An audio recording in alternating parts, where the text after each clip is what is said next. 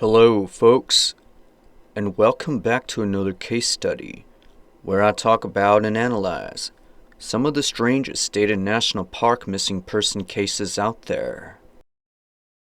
In this segment, we'll be covering a recent case involving a young man who vanished during a solo hiking trip inside the southeastern portion of Yellowstone National Park. Despite extensive and continuous searches, no sign of the man has been found. Yet the only clue as to what may have happened to him was discovered in a handwritten note later revealed by the man's father. So let's go ahead and get that ball rolling. Now I'm going to give you a brief summary of the case so that we're all up to speed on things. On September 14th of 2024, 22-year-old Austin King entered the backcountry of Yellowstone National Park for a planned week-long solo backpacking trip to summit Eagle Peak. This is the highest point of the park at an elevation of over 11,500 feet.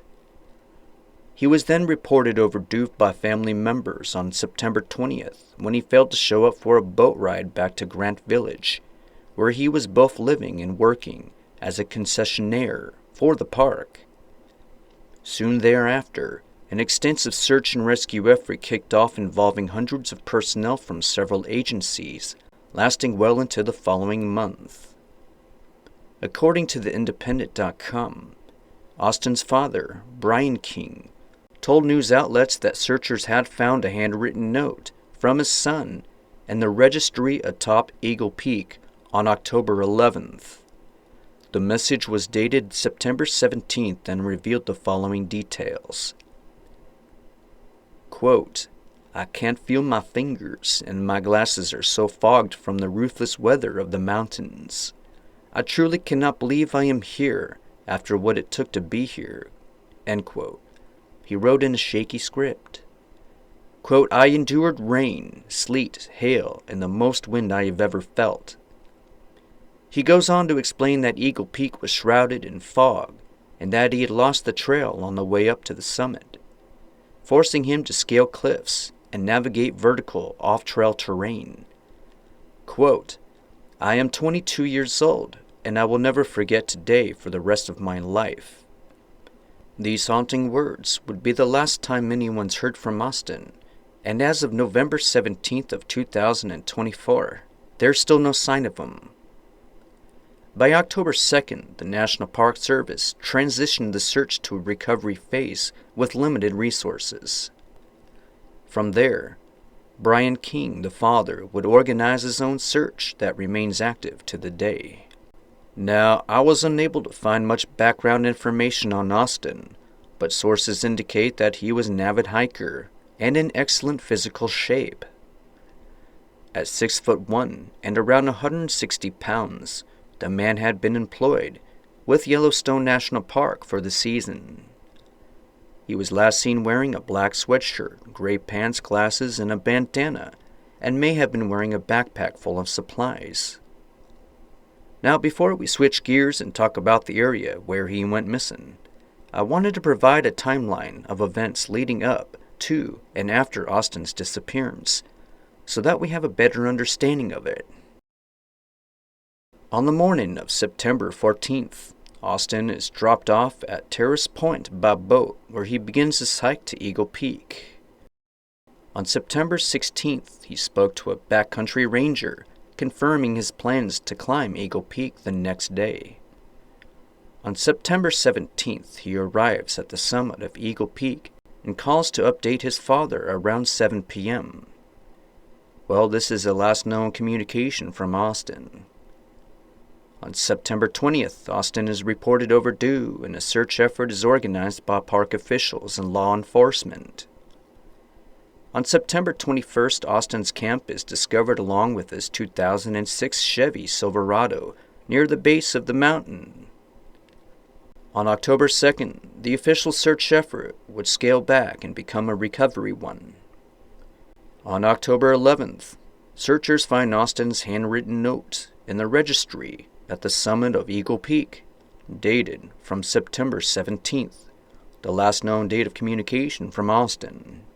There have been little to no updates since this time, and by October 17th, the search was scaled back once again. So that takes us to the present. Let's go ahead and talk about the area where he vanished, just to give you an idea of what both Austin and searchers are up against. Established in 1877, Yellowstone National Park became the first national park in the U.S. The park is widely known for its unique hydrothermal and geological features, drawing in hundreds of thousands of visitors annually.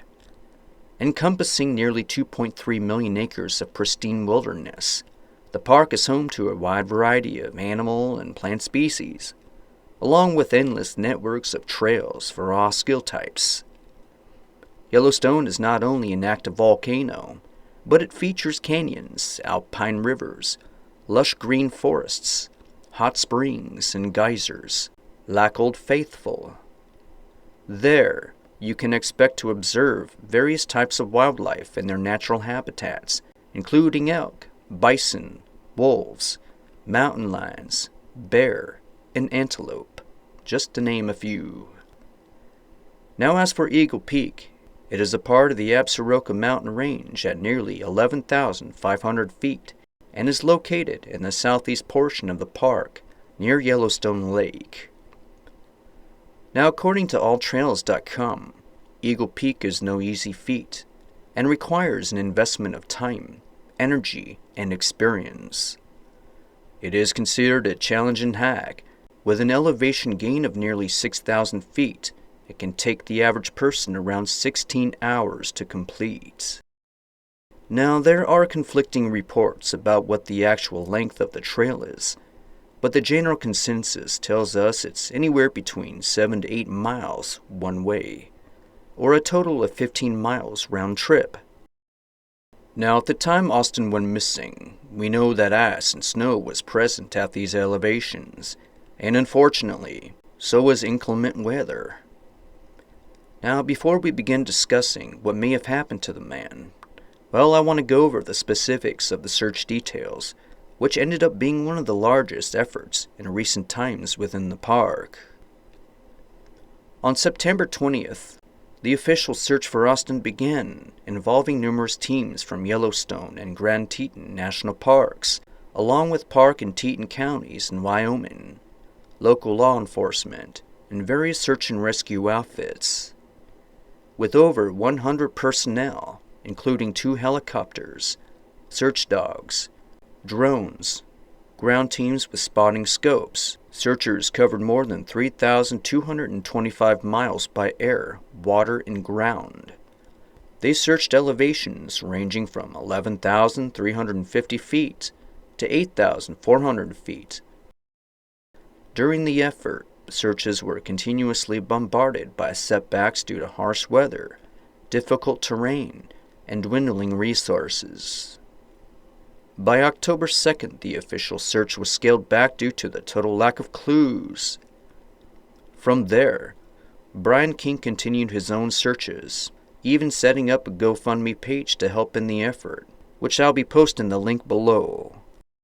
Quote, "I asked God to send me an army, and he did," Brian said. Describing his son's zest for life and adventurous spirit, he added, quote, "He was one of the best people I've ever met, a best friend to his little brother. He always had a smile on his face, and I can't even find the words to explain what we're going through." End quote. So with this said, what in the hell happened to him? Let's go over some potential scenarios. Well, we know that Austin had successfully summited the peak, but at what cost? The chilling words left behind in that handwritten note paint us an unforgiving picture, one that may lead us to believe that he may very well still be up there on that mountain. Quote unquote, "I can't feel my fingers and my glasses are so fogged from the ruthless weather of the mountains. I truly cannot believe I am here for what it took to be here. I endured rain, sleet, hail, and the most wind I have ever felt." End quote. Well, this tells us that Austin may have been experiencing the onset of hypothermia. Losing the feeling of one's fingers is a telltale sign of that.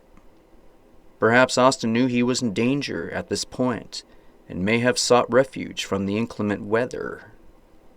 Could Austin have attempted to shelter himself from the biting cold? If so, where'd he go? Was he adequately dressed for the cold and wet conditions? Are there any crevices or cave systems in the area that we need to know about? If so, I would imagine that searchers had already looked at this as a possible scenario. Now another potential issue is poor visibility. When we look at the physical geography combined with the icy conditions, it's not hard to imagine an accidental fall occurring. Austin mentioned thick fog and being unable to find the trail back down. Could he have been swept off that mountain? It's happened many times before, and this is not the first missing person case that I've covered in the park. In fact, if you dig deep, you'll find countless individuals that have gone missing on that mountain over the years, including Larry Morris, Daniel Campbell, Luke Sandberg, Bruce Parker Pike, Stuart Isaac, Nicholas Monstert, Mike Peterson, Brandon Fitch, Randall Crawford, Hunro 2, and many more. Perhaps one day I'll do a segment just on the disappearances alone within the park. So what other scenarios could play it out here?